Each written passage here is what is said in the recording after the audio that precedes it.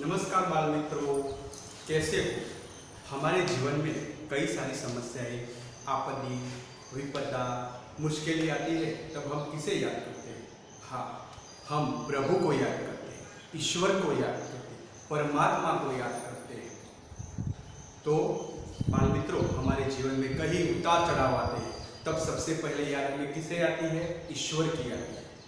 सुख हो, दुख हो, तो भी हम ईश्वर को याद करते हैं। हम कहीं रास्ते से जा रहे होते हैं, तो रास्ते में कहीं अकस्मात हो जाता है, तो हमारे मुंह से अनायास निकल जाता है, हे भगवान, हे ईश्वर, उनकी मदद करना, उनकी रक्षा करना। हम अपने घर में भी सुबह जब उठते हैं तो सबसे पहले क्या करते हैं? प्रभु को प्रणाम करते हैं, नमस्कार करते हैं कि हमारा आज का दिन शुभमय और मंगलमय हो। तो हम कोई समस्या हो तो सबसे पहले भगवान को याद करते हैं, ईश्वर को याद करते हैं। ऐसी ही एक इकाई कक्षा 7 की, जिसका नाम है तब याद तुम्हारी आती है। तो इसमें, इस कविता में प्रभु की याद हमें कब कब आती है, उसका उल्लेख किया गया है। और इसमें प्रकृति का भी विवरण किया गया है। तो तब याद तुम्हारी आती है, वह एक कविता है। बाल मित्रों, साहित्य के 2 प्रकार हैं, गद्य साहित्य और पद्य साहित्य। गद्य साहित्य की बात करें तो उसमें नाटक, उपन्यास, एकांकी, जीवनी, संस्मरण, रेखाचित्र, वह सब गद्य साहित्य में आता है। गद्य साहित्य के लेखक होते हैं। गद्य साहित्य की रचना विस्तृत होती है। अब पद्य साहित्य की बात करते हैं। पद्य साहित्य में कविता, दोहे, फिर सोनेट, गजल, ये सब किस में आते हैं? ये सब पद्य साहित्य में आते हैं। पद्य साहित्य की रचना करते हैं, उसे कवि कहते हैं। पद्य साहित्य पंक्तियों में होते हैं। तो बाल मित्रों, हम ऐसे ही पद्य साहित्य में कक्षा 7 की इकाई नंबर 2 तब याद तुम्हारी आती है कि हम अभ्यास करेंगे। बाल मित्रों, तो सबसे पहले आपको क्या करना होगा? आपको अपनी नोटबुक निकालनी होगी। बाल मित्रों, आपने अपनी किताब निकाल ली होगी। अब हम कवि परिचय के बारे में जानेंगे। हमारी कविता तब याद तुम्हारी आती है, उसके कवि हैं राम नरेश त्रिपाठी। राम नरेश त्रिपाठी पूर्व छायावादी योगीन कवि है। राम नरेश त्रिपाठी का जन्म 4 मार्च 1889 को उत्तर प्रदेश में सुल्तानपुर जिले के कोयरीपुर गांव में हुआ था। उत्तर प्रदेश जो कि भारत का सबसे बड़ा राज्य है। वे कवि, उपन्यासकार, नाट्यकार और आलोचक थे। कवि तो आप जानते हैं, जो कविता की रचना करता है उसे कवि कहते हैं। बाल मित्रों, आपने भी कविता की रचना की होगी। पेड़ पे, पाठशाला पे आप छोटी छोटी कविताएं बनाते हैं। इसी तरह उपन्यास की रचना करता है, उसे उपन्यासकार कहते हैं। नाट्यकार, नाटक की जो रचना करता है उसे नाट्यकार कहते हैं। आलोचक, यह शब्द आपके लिए नया है। आलोचक यानी कि कोई किताब है, कोई पुस्तक है, उसका विवरण करना, उसका क्या अच्छा है, क्या बुरा है, वो उसका आलोचन और विवेचन करते हैं, उसे क्या कहते हैं? आलोचक कहते हैं। तो राम नरेश त्रिपाठी ने अपने जीवन काल में 100 से ज्यादा किताबें लिखी हैं। वह गांधी जी से बहुत प्रभावित थे। उन्होंने बाप और बापू नाम का एकांकी नाट्य भी लिखा है। उनकी काव्य कृतियों में बात करें तो मिलन, पथिक, स्वप्न और मानसी। स्वप्न पर उन्हें हिंदुस्तान साहित्य का अकादमी पुरस्कार भी मिला है। हे प्रभु आनंद दाता,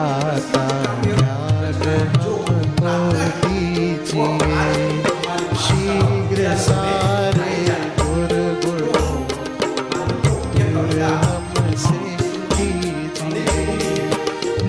उनका निधन 16 जनवरी 1992 में हुआ था। तो यह हुआ कवि का परिचय। तो बाल मित्रों, अब हम कविता का सामूहिक गान करेंगे। स्क्रीन पे आपको इस कविता का गान आरोह के साथ दिखाई देगा। आपको भी उनके साथ इस कविता का गान करना है, तो आप सब अपनी किताब निकालकर इसका गान उसके साथ कीजिए।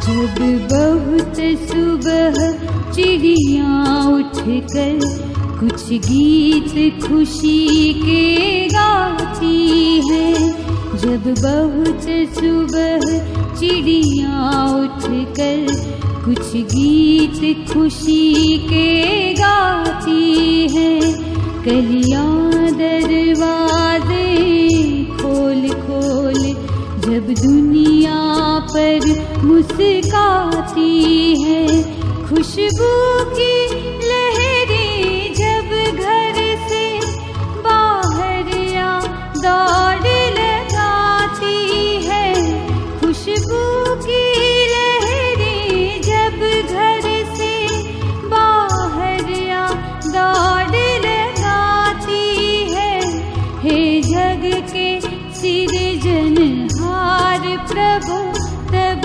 याद तुम्हारी आती है, हे जग के सृजनहार प्रभु तब याद तुम्हारी आती है।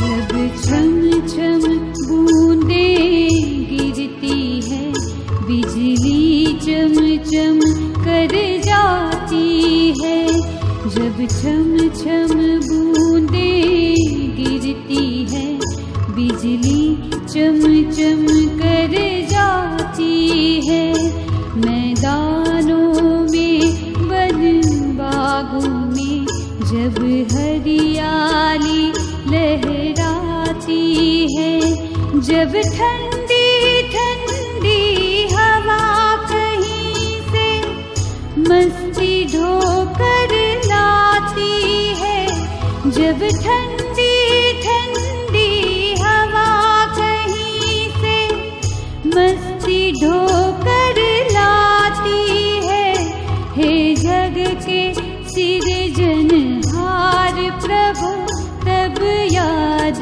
तुम्हारी आती है, हे जग के सृजनहार प्रभु तब याद तुम्हारी आती है, हे जग के सृजनहार प्रभु तब याद तुम्हारी आती है। बाल मित्रों, आपने अपनी किताब निकाल ली, आपने कविता का गान भी सुना। अब हम कविता का भावार्थ समझेंगे। तो जब बहुत सुबह चिड़िया उठकर कुछ गीत खुशी के गाती है, सुबह सुबह यानी कि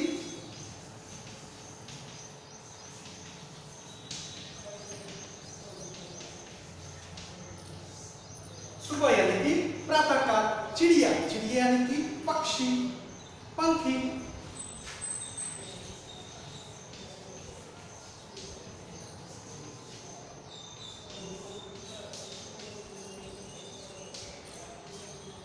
बाल मित्रों, हमने इकाई नंबर 1 चित्र के संग संग में मैंने आपको पंखी और पक्षियों की यादी बनाने को बोला था।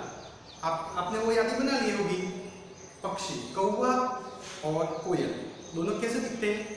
एक समान है, उनके रंग भी एक समान है, दिखाई देने में भी एक समान दिखाई देते हैं, लेकिन उनकी वाणी जब वो बोलते हैं तो कौवा का कैसा होता है? कौवा कर्कश होती है उसकी वाणी, और जब कोयल बोलती है तो हमें अच्छा लगता है, तो कोयल की वाणी मधुर होती है। तो जब बहुत सुबह चिड़िया यानी कि पक्षी पंछी उठते हैं और कुछ गीत खुशी के गाते हैं, यानी कि सुबह सुबह बहुत का विलोम शब्द होगा कम,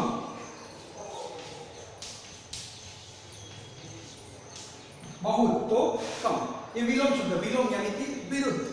जैसे कि मैंने आज बहुत खाना खाया, मैं कम बोलता हूँ तो इसका विलोम है ये।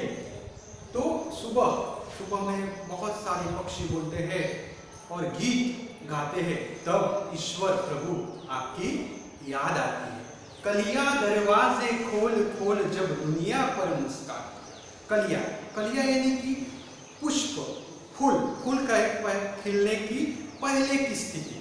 जब फूल खिलता है उसकी पहले की स्थिति होती है, उसे कली कहते हैं। जब सूरज की किरणें उस पर गिरती है तब क्या होता है, वो जो कली है वो खिल जाती है और दुनिया पर मुस्काती है। दुनिया,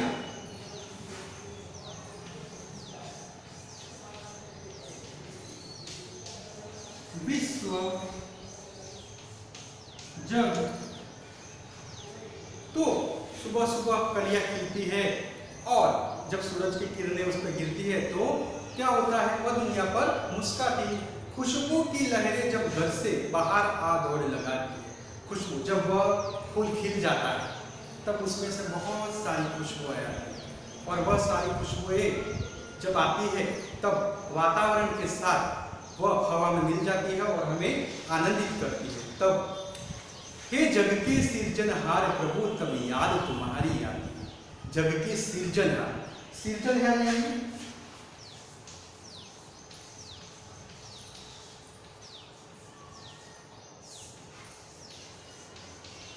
सृष्टि की रचना करने वाला।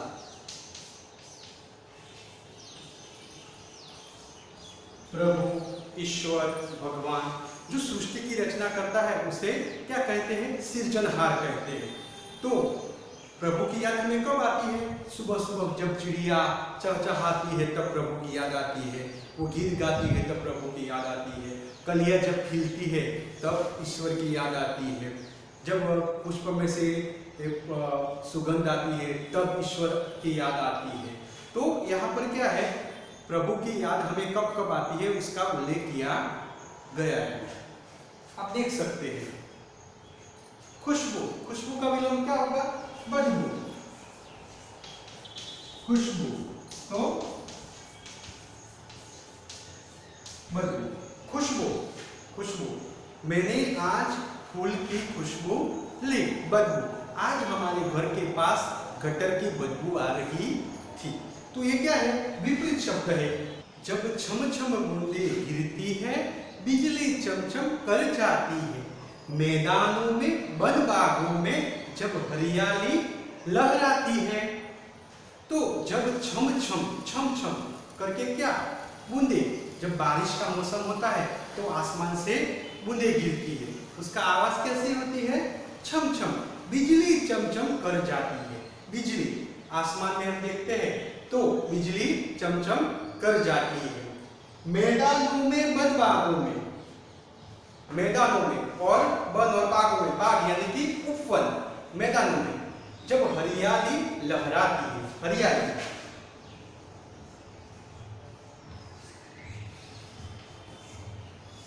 हरियाली यानी कि हरा भरा।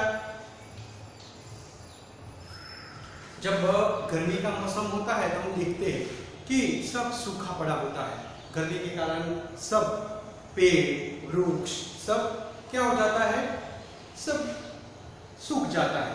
तो जब बारिश आती है तब उसमें जान आ जाती है। बारिश के कारण हम आसपास देखते हैं सब हरा भरा हो जाता है। गांधीनगर जो हमारा पाटनगर है उसे भी हम हरित नगर कहते हैं क्योंकि वहाँ पर पेड़ ज्यादा है। बाल मित्रों, अभी बारिश का मौसम है तो आप सबको अपने घर के आसपास या पाठशाला में एक पेड़ तो अवश्य लगाना होगा। बाल मित्रों, यहाँ पर बारिश का मौसम आता है तब आपको पता होगा कि बाल मित्रों के बच्चों को बारिश बहुत पसंद है, इसलिए वह बच्चे क्या करते हैं, बारिश में भीगने चले जाते हैं। जब ठंडी ठंडी हवा कहीं से मस्ती ढोकर लाती है, हे जग के सृजनहार प्रभु तब याद तुम्हारी आती है। जब ठंडी ठंडी जब बारिश होती है तब क्या होता है, बारिश के कारण वातावरण जो होता है वह भेजमय हो जाता है, ठंडा हो जाता है, और उसके कारण जो हवा आती है वह कैसे आती है, ठंडी आती है, मस्ती ढोकर लाती है। डोना यानी बोझ उठाना।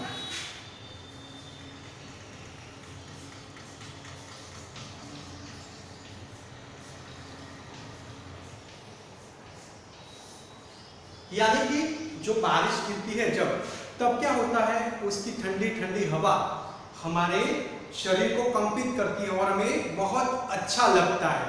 तब जबकि सृजनहार प्रभु तब याद तुम्हारी है, तब हे भगवान, हे ईश्वर, आपकी याद आती है। यहाँ पर देखिए सृजनहार प्रभु, प्रभु प्रभु यानी कि ईश्वर, प्रभु ईश्वर भगवान परमात्मा, हमें याद, उसका यह होता है।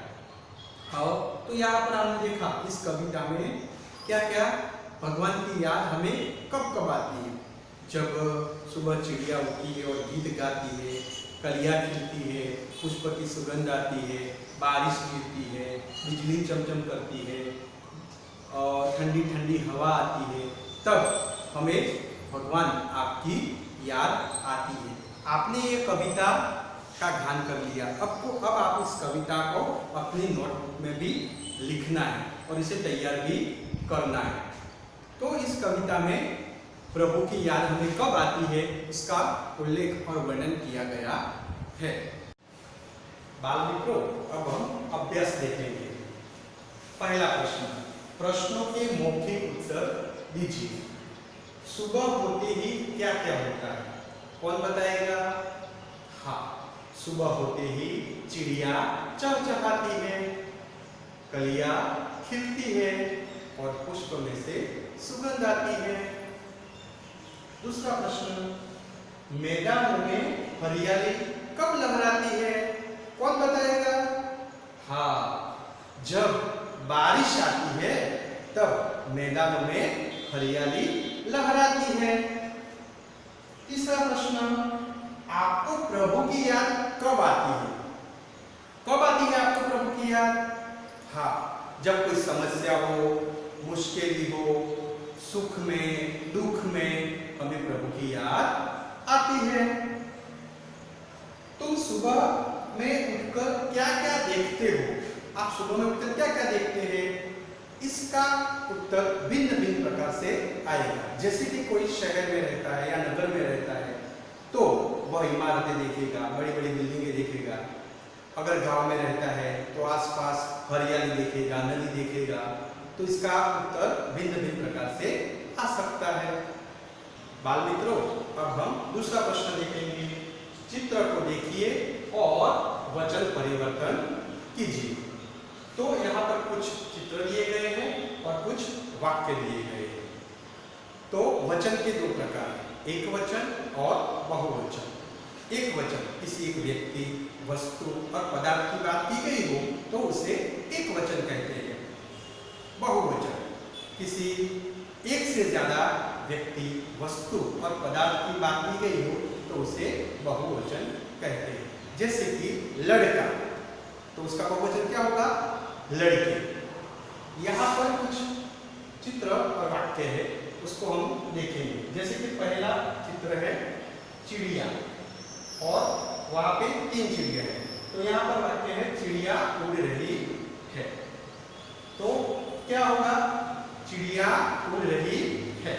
यहाँ पर चिड़िया के ऊपर चंद्र बिंदु आएगा और हे के ऊपर अनुस्वार आएगा।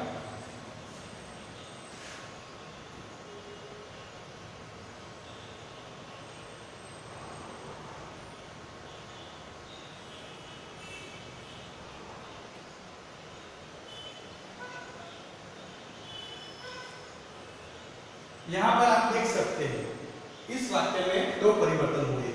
एक तो चिड़िया, उसके ऊपर क्या हुआ? चंद्र बिंदु आया, और है बहुवचन हुआ इसलिए है पर अनुस्वार आया हुआ है। दूसरा वाक्य देखते हैं, कली नहीं खिली है। यहाँ पर एक ही कली है, यहाँ पर 3 है। तो कली नहीं खिली है, तो कलियां नहीं खिली है।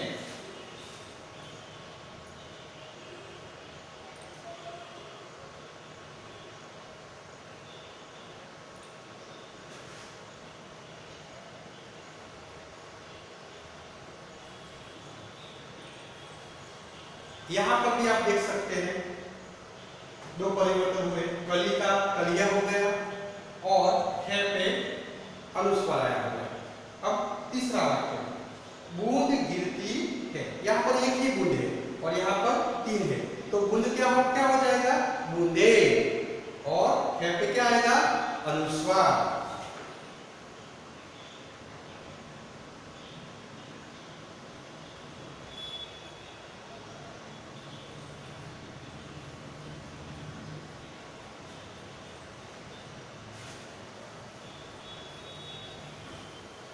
चौथा वाक्य देखेंगे, यहाँ पर देखिए, यहाँ पर बहुवचन दिए गए हैं, आपको उसका एक वचन करना है। क्या है, दरवाजे खुले हैं, दरवाजे खुले हैं, यहाँ पर एक ही दरवाजा है, तो क्या आएगा, दरवाजा।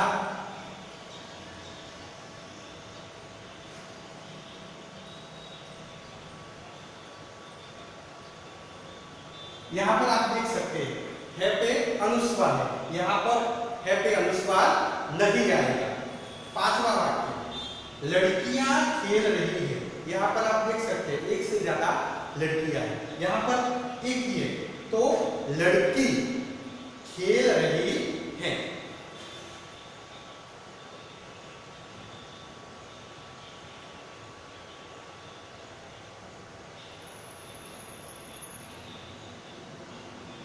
यहाँ पर आप देख सकते हैं यहाँ पर भी अनुस्वार नहीं आया है। आप अपने घर पे भी ऐसे वाक्य बना सकते हैं। बाल मित्रों, अब हम तीसरा प्रश्न देखेंगे। शब्दों को उचित क्रम में रखकर अर्थपूर्ण वाक्य बनाएंगे। आप जब पिछली कक्षा में थे तब आपने भाषादीप की थी, तो उस भाषादीप की किताब में आपने देखा होगा कि कुछ शब्द ऐसे दिए होते हैं कि जो एक समान नहीं होते, कुछ शब्द आगे होते हैं, कुछ पीछे होते हैं। उस शब्द को हमें क्या करना है, उसको उचित क्रम में रखकर वाक्य बनाना होता है। तो यहाँ पर भी कुछ ऐसे शब्द लिए गए हैं, उस शब्द को मिलाकर हमें उचित वाक्य बनाना है। पहला देखते हैं, ही है जल जीवन, कौन बताएगा, हाँ, तो क्या आएगा, पहला जल ही जीवन है, तो आपको यह वाक्य नीचे लिखना है के बाद पूर्ण विराम आएगा। यहाँ पर है दूसरा वाक्य देखेंगे, है में फूलों भरता रंग कौन, कौन बताएगा, हाँ, तो पहले क्या आएगा, फूलों, दूसरा में, तीसरा रंग, चौथा कौन, पांचवा बरता, छठा है। तो क्या होगा उचित क्रम, फूलों में रंग कौन बरता है। आप देख सकते हैं वाक्य के अंत में प्रश्नार्थ चिन्ह भी है। तीसरा वाक्य आपको खुद करना है। बाल मित्रों, अब हम चौथा प्रश्न देखेंगे, सबसे तेज कौन। 7 छात्रों की टोली बनाइए और अपने नाम के पहले वर्ण के अनुसार शब्दकोश के क्रम के मुताबिक खड़ा रहने को कहिए। जब आप पाठशाला में आएंगे तब हम यह प्रवृत्ति करेंगे। तो शब्दकोश में आप 5वीं और 6वीं कक्षा में सीख गए हैं कि पहले क्या आता है, स्वर आते हैं, और आपकी उसके बाद क्या आता है, व्यंजन क ख ग। तो आपको 2 शब्द ऐसे हैं जो याद रखते हैं कि क के बाद क्ष आएगा और झ के बाद ज्ञ आएगा। अब हम कुछ उदाहरण देखते हैं, जैसे कि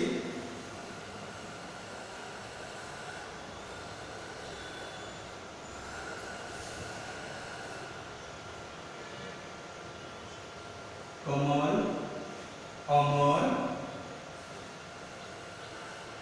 अंजन, क्षमा,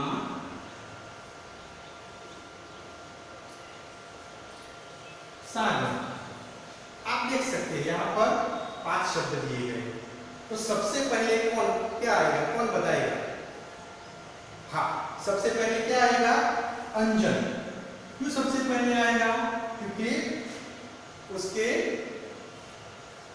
ऊपर क्या है? अनुस्वार दिया गया है, इसीलिए हिंदी में अनुस्वार वाले शब्द सबसे पहले आते हैं। उसके बाद क्या आएगा? अमर। उसके बाद कमल, क्षमा और सागर। मैंने आपको बताया। क के बाद क्या आएगा? क्ष वाले शब्द।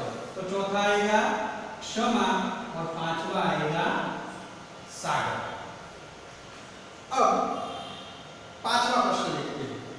नीचे दिए गए शब्दों के अर्थ शब्दकोश में से ढूंढकर तेजी से कौन बता सकता है? तो यहाँ पर हमें शब्दकोश की जरूरत पड़ेगी। तो आप देख सकते हैं कुक, पहला शब्द है कुक। तो कुक को कोयल की बोली।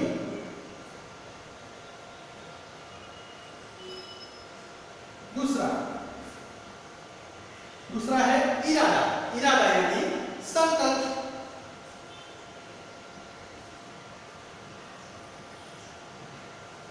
तरुवर, तरुवर यानी बड़ा वृक्ष।